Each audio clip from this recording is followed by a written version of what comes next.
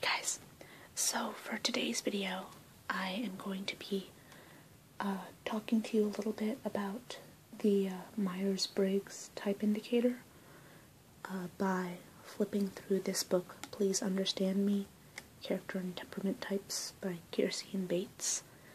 Now, this book is a little bit different from the original Myers-Briggs. They've sort of taken the same ideas on, the combinations of different traits and explained it a little bit differently than in the original studies, and I'll go into that a little bit more later. First, I'm just going to show you the types themselves. Now, this book is very old. As you can see, it is falling apart. It was my dad's, and the book itself is from like the 80s. Although the theories behind this have been evolving ever since times of Carl Jung, in fact. This personality type inventory thing is based off of Carl Jung's book called Psychological Types. So, this book starts with the Kiersey temperament sorter, which is one of the most widely used methods of determining your personality type. And this one has 70 questions, and you end up with a sort of combination of 4 letters, each one determining which of a sort of polar trait that you have. So, here it's EI, so extroverted or introverted. SN is sensing or intuitive. TF is thinking and feeling. And JP is judging and perceiving. And so I have already taken this, and I actually got a result that's a little bit different. So they say over here, if 2 numbers of any pair are equal, then circle neither, but put a large X below them and circle it. So for the first, extroverted or introverted, I got exactly 5 and 5. But the rest are a little bit more obvious. So I am XNFJ, which is right there, XNFJ. So that would be, I guess, between extroverted and introverted. The actual term for that is ambivert, but that term isn't used in here, I don't think. But so I'm an ambivert. I am N, which is intuitive, F, which is feeling, and J, which is judging. Now this is where what they do with this personality type. There are sort of 16 total, and then there's, a whole bunch more, 32 mixed types if you include the X's. But what you do with this information is what varies based off of the original Myers-Briggs study and this book by Kiersey and Bates. So the original Myers-Briggs indicator tends to focus a little bit more on how each personality type thinks and feels, whereas Kiersey and Bates focus more on behavior. Another major difference is that Myers and Briggs, the most important difference was whether you were an extrovert or an introvert.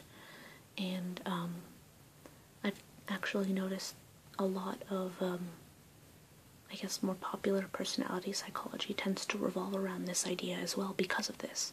So you see a lot of articles like, things that introverts can relate to, or things that extroverts don't know about introverts, or introverts don't know about extroverts, and people make a big deal out of it far more than the other 3 traits for the most part. However, Kiersey and Bates tend to place more emphasis on the intuitive and sensing dynamic, and that's sort of one that's a little bit harder to, we focus on it less.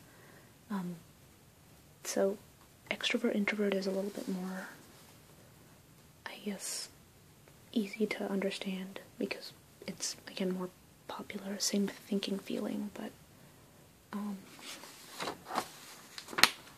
let's see, these will sort of go into the others, but I'm just gonna kind of flip past these until I can find the little chart that they have. There we go. This kind of gives a better idea, and is easier to explain than trying to read, paragraphs of information. So, let's see.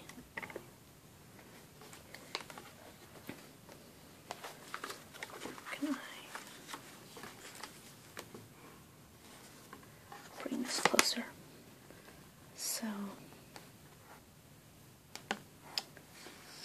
starting with extrovert and introvert. So, here it mentions the percentage of the population, so 75% of the population is extroverted versus 25% is introverted. So those extroverts, the focus is more on sociability, interaction, so like with people. External, they're a little bit more, I guess less trapped inside their own minds and more vocalizing things. They focus more on breadth, so having lots of certain things. Very extensive, multiplicity of relationships, having a lot of friends, the expenditure of energies, and interest in external events, and, like what are you doing, where are you going, whereas the introverts are a little bit more territorial, so, they're more likely to sort of have a space for themselves, like you're staying in your bedroom or your office or, man cave or whatever. More about concentration than interaction. So focusing on what you're doing. A good example of this would be, at work. Are you, trying to get everything done and focusing on that, or are you socializing with your coworkers? They're more internal and, again, the depth. Rather than doing lots and lots of different things, you're gonna, go and try and do things well, rather than doing lots of things. They're more intensive. They have limited relationships, so, again, with the depth and limited relationships, they're going to want to have a few close friends instead of having lots and lots of friends. Conservation of energies, which kind of goes into what many consider to be the main trait of introversion, is that introverts will get their energy from spending time alone, and they'll expend it on social interaction. So they might, spend a day to themselves and then go to a party for like an hour and then feel exhausted. And so they'll want to conserve their energy, whereas an extrovert will tire themselves out if it means that they get to talk to everyone in the room or something. So, and then interest in internal reactions. So when they talk to people, they're less interested in what are you doing than how are you feeling or what are you thinking. Alright, so then we come upon sensing and intuitive.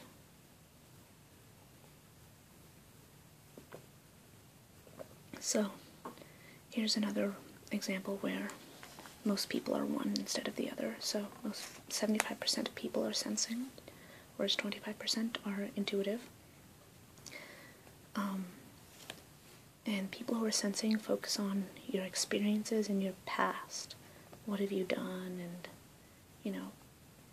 stuff like that. They kind of tend to dwell in the past a little bit. They tend to be seen as more realistic. They focus on, perspiration, how much work you put into something. They're actual on, what's actual, what can be done. And, what's likely to be able to happen. They're a lot more down to earth. They focus on, utility and practicality, fact over fiction. Practicality, again, and they're seen as more sensible.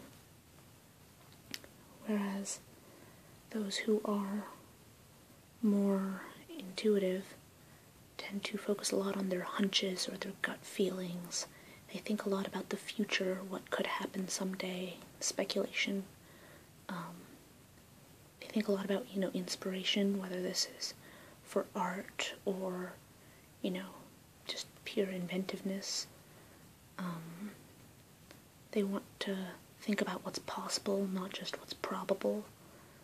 They're seen as having their head in the clouds, being full of fantasy and fiction, although they're also seen as very ingenious and imaginative. So this can be, from the inventor to the artist.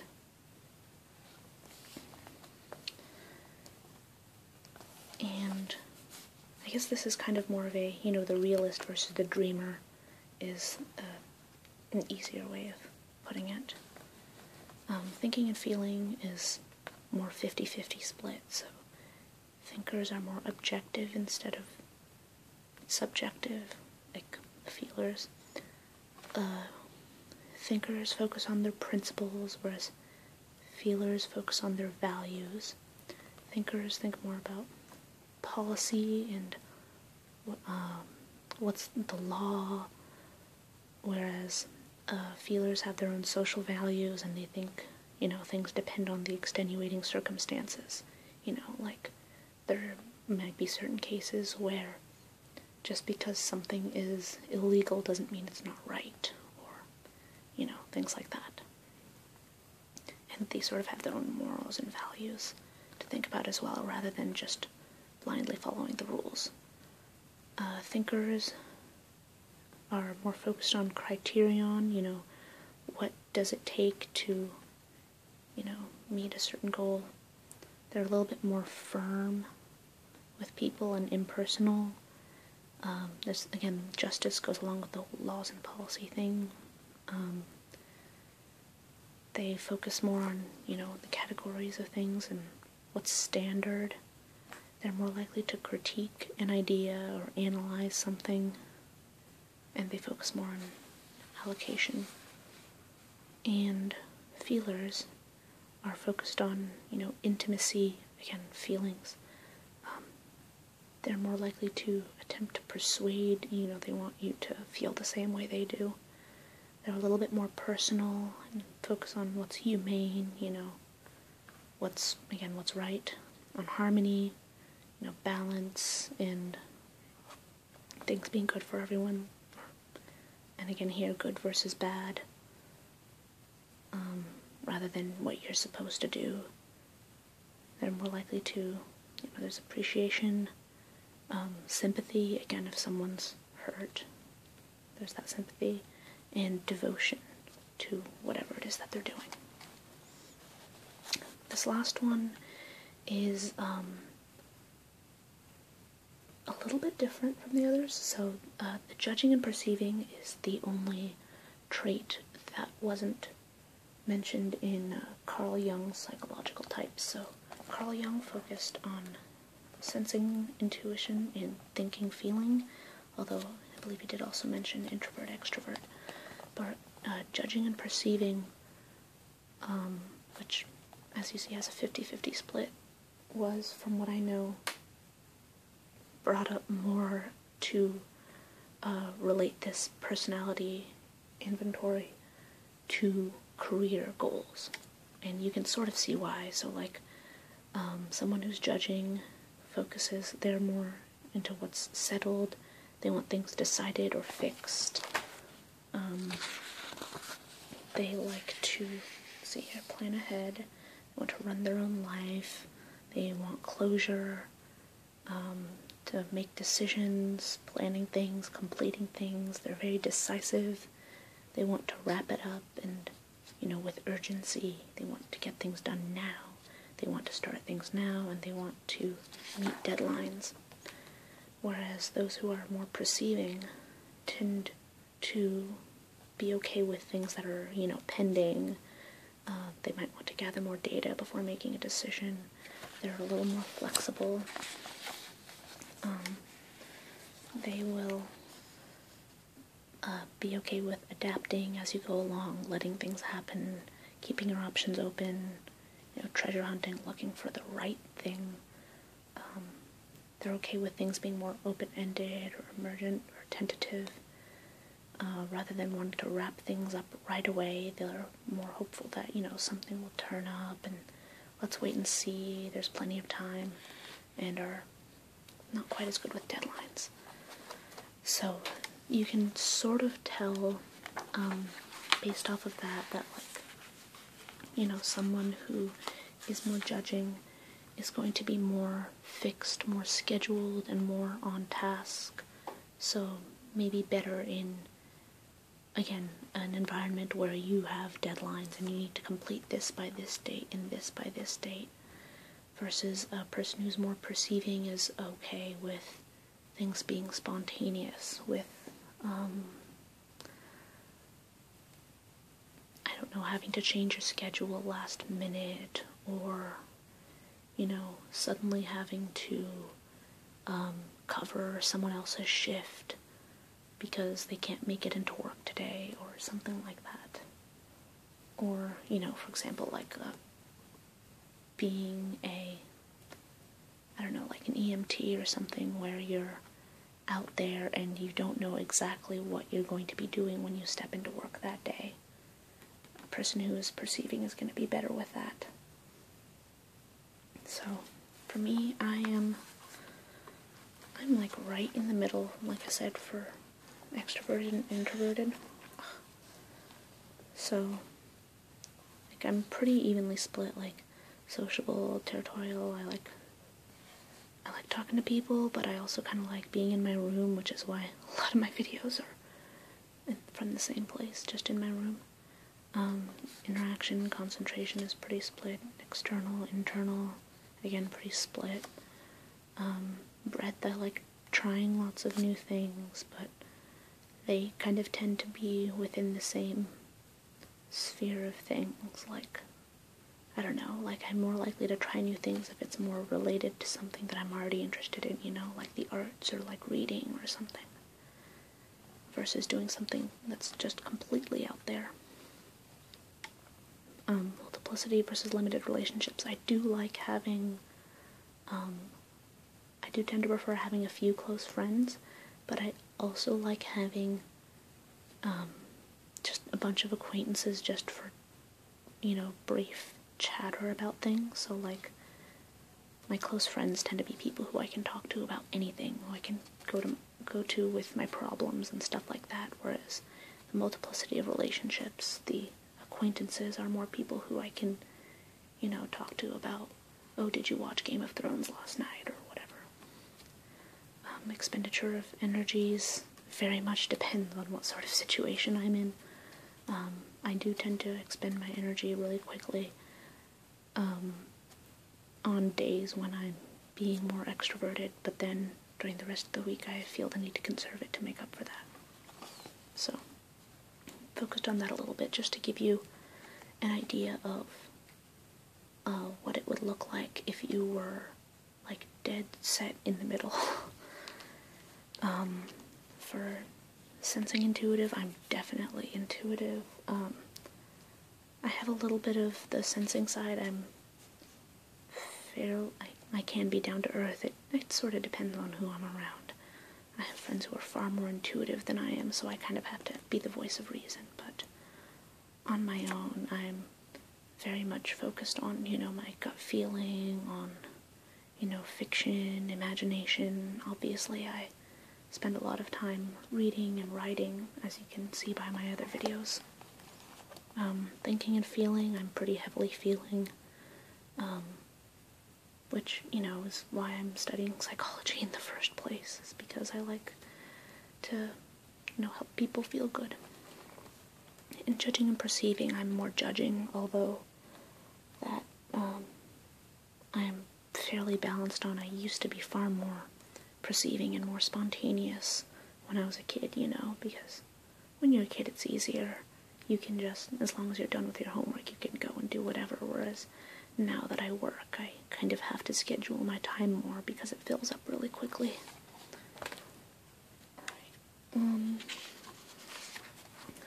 So, it talks about the 4 temperaments.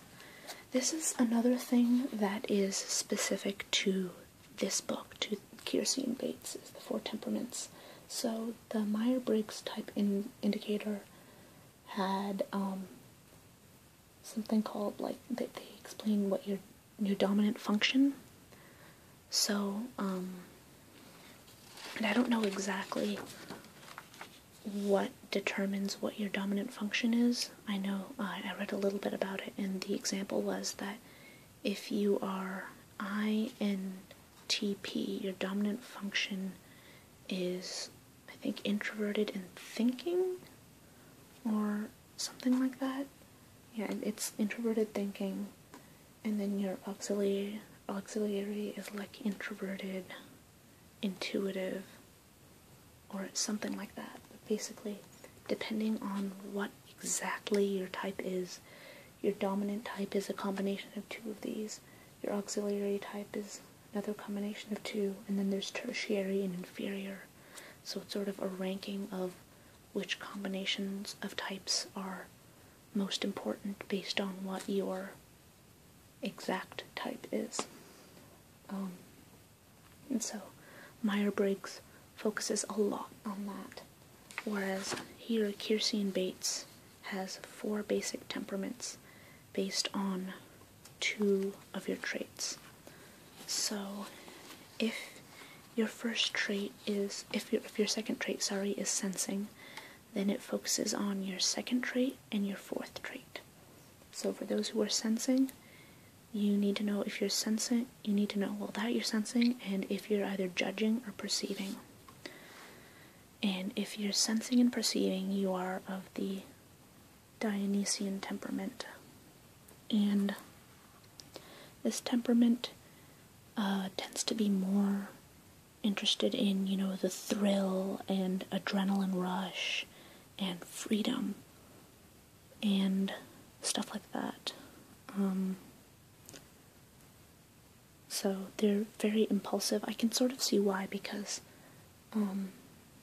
again, you're sensing, so you're more focused on the here and the now and what's going on right this moment, but you're also very spontaneous. So while you're thinking about what's going on right now, you are also not planning ahead quite as much as someone who is judging would. So yeah, you're more likely to sort of be like, oh, I think this would be a good idea to do something right now. Let's go do that right now.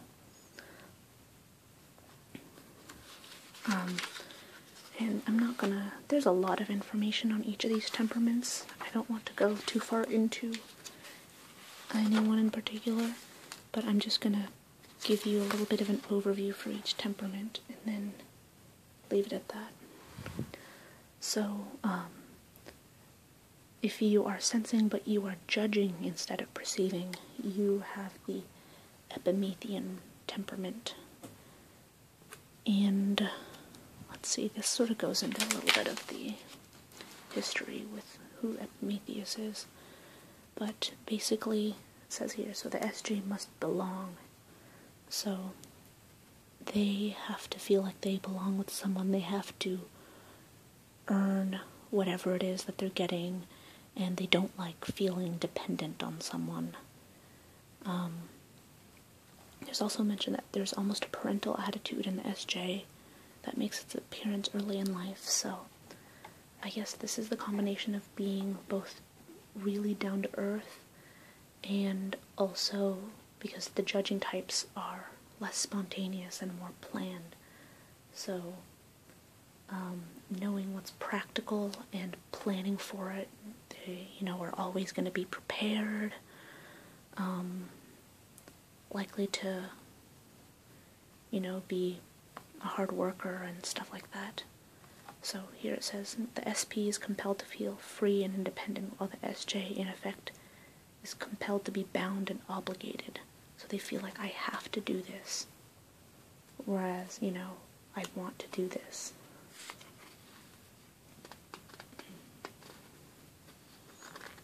Oh, and here it says, the ant and the grasshopper is a good analogy for the SJ versus the SP. So obviously the SJ is the ant who's preparing for the winter, they're thinking practically and planning ahead, whereas the grasshopper is living in the here and the now and enjoying himself. Let's see. And then there's the Promethean temperament, who's NT. So if you are intuitive, what matters is whether you are thinking or feeling rather than judging or perceiving. So NT is the Promethean temperament.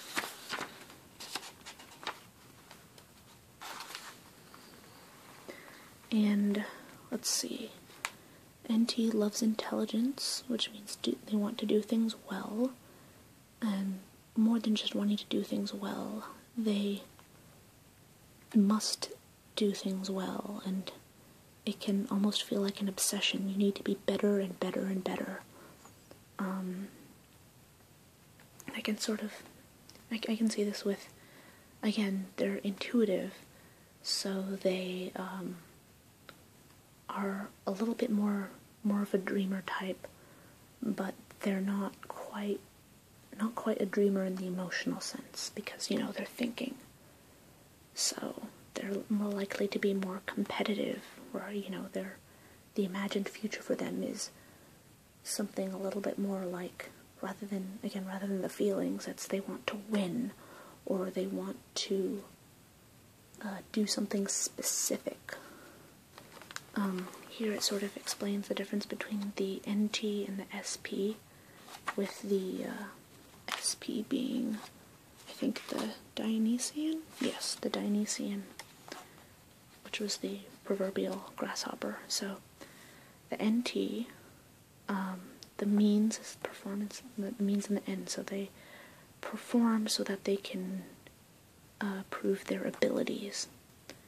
So, you know, if they're in a race or something, they, you know, want to prove, I want to be the fastest, so I'm going to run in all these races, whereas the SP focuses on their abilities so that they can perform, so they're more likely to think of it as, I'm going to work on this until I, you know, until I'm able to perform.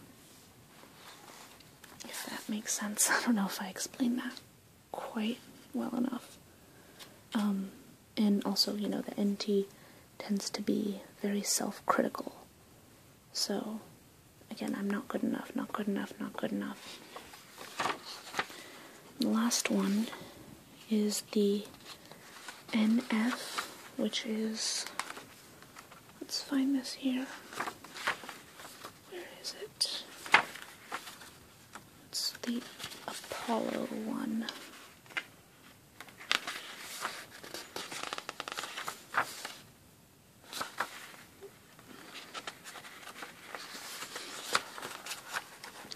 There we go, the Apollonian temperament, which is, as they mention, a little bit different. These are intuitive and feeling. Whereas the others pursue ordinary goals, the goal of the Apollonian cannot be seen as other than extraordinary. Indeed, so extraordinary is his goal that not even the Apollonian himself can talk about it in a straightforward way. It defies his description. Being of this temperament, and given that I'm very strongly both intuitive and feeling, I can sort of understand that. An example of this is when I was a kid, I wanted to be I guess the phrase would be the best, but more in the sense of being the most good person that I could be. So I wanted, you know, to be not necessarily the smartest and not necessarily the prettiest, but I wanted to be a good person. I wanted to help a lot of people. And I guess, again, I have trouble putting it into words, but I guess that's part of the type. Let me see.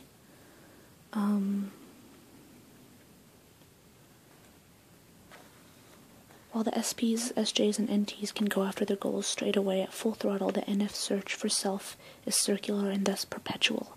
How can one achieve a goal when that goal is to have a goal? The NF's truest self is the self in search of itself, or in other words, his purpose in life is to have a purpose in life, always becoming himself. The NF can never truly be himself. So this, again, makes sense because they're a lot more, again, not only looking to the future in how they are, intuitive in that sense, but they are less grounded in facts.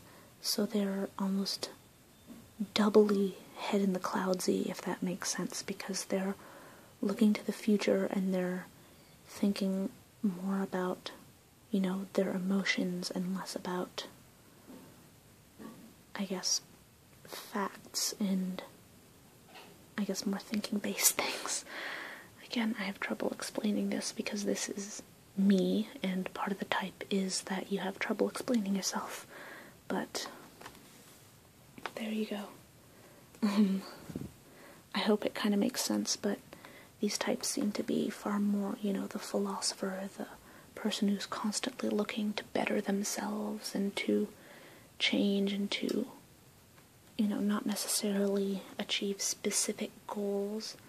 Like, they're less likely to, I want to win this race, or I want to do this specific thing, but they focus more on who they want to become. Not I want to win or I want to be the fastest, but this is something that, I want to be good at. I want to be an athlete over I just want to be fast, I guess. Alright, I hope I explained that well enough. This video's already pretty long, and I feel like I've covered the main points. Yeah. Again, there are 16 different types, and that doesn't even really cover everyone, considering that there are, 32 types with, the X in it. This book also later talks about, mating and temperament, so a little bit about, what your relationships with people of other types will be, and people of the same type, whether it's, again, romantic relationships, or in children, or leading, so that's going to be a little bit more career-oriented. But, because there's so much, and because there's 16 different types, I didn't want to focus on that today.